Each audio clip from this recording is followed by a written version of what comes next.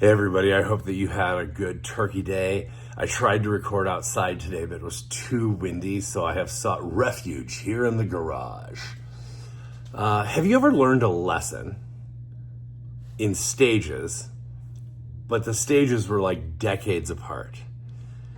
So today's reading in day 3 about feelings brought up something for me. About 20 years ago, I lived in upstate New York, and I was driving around one day and I was listening to the radio. I think it was like This American Life or something. And the episode was about people who were born with more taste buds than your average person. They're called super tasters. There was a guy on the episode who's made his living off driving from different Dunkin' Donuts in the Northeast before they became a national brand, tasting their coffee, and he could tell if they'd used too many grounds, or if it had been on the burner too long, or if the temperature had been too hot when it was boiled. And it was so interesting. But then the next segment was about super sniffers, people who have extraordinary sense of smell. And this really caught my attention because I am married to somebody who has an extraordinary sense of smell. I mean, even to this day, we'll be out in the garden and she'll be like, Bo, you have to come here. And she'll say, smell this. And I'll smell it. It'll have the faintest of like maybe sugary, I don't know, floral something. I'll be like, uh-huh. She'll be like, you can't smell that? So this episode really caught my attention because it goes on to say, like, and if you're one of these people, like, this is why spice impacts you so significantly. And I realized, like, I always made fun of like her German heritage, that like ketchup was spicy. But the truth is, after listening to this episode about taste buds and sensors in smell, I realized people experience the world very differently. And it's genuine. I mean, something that's like 1 on a scale of 10 spicy to somebody is like 7 to someone else. And having a partner, a life partner, who has a very different experience of spice than I do, and also other members of her family. 20 years ago, this got lodged in my brain that people experience spice levels very differently. So earlier this summer, I learned the second half of this lesson, which is a young person in our congregation asked if we could start a religious trauma recovery group. I said, sure. So I started delving into recovering from religious trauma. I did not know the can of worms I would be opening. Not only for my own experience growing up evangelical in a holiness movement, but also just other people, whether they grew up Catholic, fundamentalist, LDS, Mormon,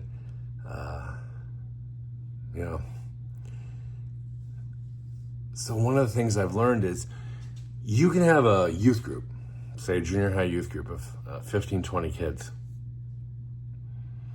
And for a third of the group, it's wonderful. They respond so well to it. And it's actually life-giving and like formative for them. And then for a third of the group, whatever, they may or may not stick with it. And then for the other third of the group, it does bad things. It escalates anxiety and like agitates their nervous system, and it hurts and harms them.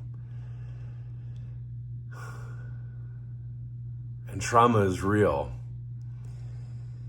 So then today I read this, well, I read it yesterday, but day 3 of our book together. And started thinking, we may not have the best framework for understanding how different events and different crises affect different people.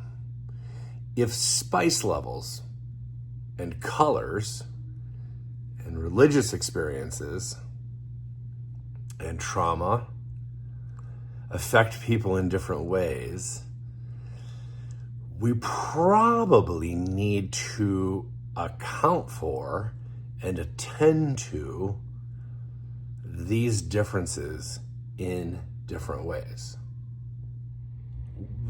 What it got me thinking of is, say you had 5 or 6 friends, and you're all watching the same news program.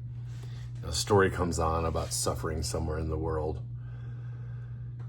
Out of those 5 or 6 people, you're probably going to have between 4 and 8 different reactions, different experiences.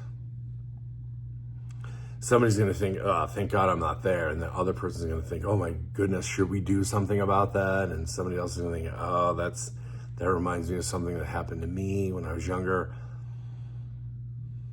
So I really appreciated the author's exhortation today to take your feelings seriously, but also to interrogate them and what they do in you. I thought that was a unique type of wisdom, or maybe a needed type of wisdom if it's not unique. Here's what it got me thinking to close.